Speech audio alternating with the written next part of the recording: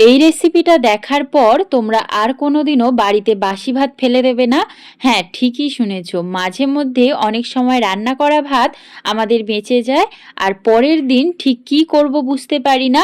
কিন্তু বাসি ভাত দিয়ে মাত্র 10 মিনিটে এত সহজে আর এত সুন্দর ভেজ পকোড়া হতে পারে তা তোমরা এই রেসিপিটা না দেখলে বুঝতেই পারবে না। তাই স্কিপ না করে পুরো ভিডিওটা মন দিয়ে দেখো, আশা করছি অনেক ভালো লাগবে। আর রেসিপিটি ভালো লাগলে অবশ্যই চ্যানেলটিকে সাবস্ক্রাইব করে দিও। তো প্রথমেই আমি এখানে 1 বাটি পরিমাণ আগের দিনের বেঁচে যাওয়া ভাত নিয়ে নিয়েছি। এটাকে মিক্সিং জারের মধ্যে নিয়ে নিলাম, সাথে অল্প একটু জল অ্যাড করছি। এখন ভাতটাকে ভালো মতো পেস্ট বানিয়ে নেব। ভাতটাকে হাতের সাহায্যেও ম্যাশ করা যেতে পারে, কিন্তু ওটা বেশি সময় সাপেক্ষ, তাই আমি এখানে মিক্সিং জারে পেস্ট করে নিয়েছি। এখন মিক্সিং জার থেকে একটা অন্য পাত্রে মিশ্রণটাকে ট্রান্সফার করে নিলাম।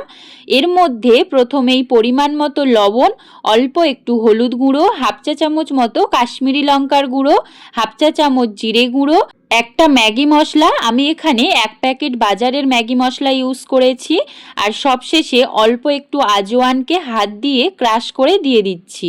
এখন বাইন্ডিংয়ের জন্য 1 চামচ বেসন, 1 চামচ সুজি আর সবশেষে 1 চামচ কর্নফ্লাওয়ার দিয়ে দিচ্ছি। তোমরা চাইলে কর্নফ্লাওয়ারের পরিবর্তে 1 চামচ ময়দাও দিয়ে দিতে পারো। এখন এগুলোকে আমাদের খুব ভালোভাবে মিশিয়ে নিতে হবে। এর মধ্যে আমি কিন্তু কোনো রকম জল ইউজ করব না। এরপর আমি এখানে কিছু সবজি ছোট ছোট করে চপ করে নিয়েছি। এই সবজিগুলোকে আমি একে একে ভাতের মিশ্রণের মধ্যে দিয়ে দিচ্ছি। প্রথমেই দিলাম টমেটো কুচি, পেঁয়াজ কুচি, 2টো কাঁচা লঙ্কা কুচানো আর অল্প একটু গ্রেট করা বিটরুট। তোমাদের কাছে বাঁধাকপি বা গাজর থাকলে অবশ্যই দিয়ে দেওয়ার চেষ্টা করবে, এতে করে ভেজ পকোড়ার টেস্ট কিন্তু আরও দারুণ আসে। এখন এই সবজিগুলোকে ভাতের মিশ্রণের সাথে খুব ভালোভাবে মিশিয়ে নেব। এখানে যেহেতু ভাত দেওয়া আছে তাই সব কিছু মেশানোর পর দেখবে ঠিক এই রকম একটা আঠালো মিশ্রণ তৈরি হবে। এখন পকোড়াগুলোকে ভাজার জন্য কড়াইতে পরিমাণ মতো তেল দিয়ে দিয়েছি।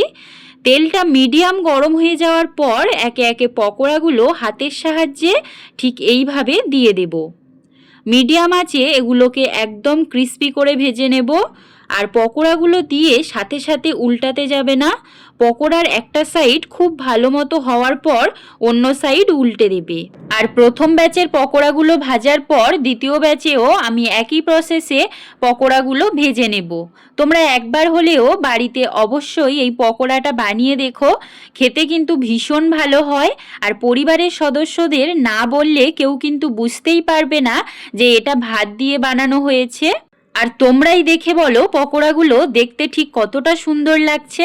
আর বিটরুট দেওয়ার কারণে পকোড়ার কালারটাও কিন্তু একদম দোকানের ভেজ পকোড়াগুলোর মতোই এসেছে।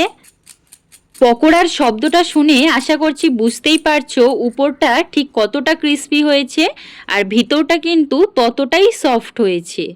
আমি উপর থেকে অল্প একটু বিট লবণ আর একটু চাট মশলা ছড়িয়ে ভেজ পকোড়াগুলো সার্ভ করছি। তোমরা এটাকে টমেটো কেচাপ বা যে কোনো চাটনির সাথেও সার্ভ করতে পারো। মাঝে মধ্যে স্ন্যাক্স হিসাবে ভাত দিয়ে বানানো এই চটজলদি ভেজ পকোড়া রেসিপিটা বানানো যেতেই পারে।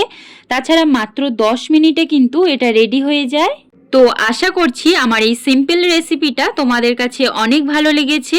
আর ভালো লাগলে ভিডিওটিতে একটা লাইক করে অবশ্যই কমেন্টের মাধ্যমে জানিও।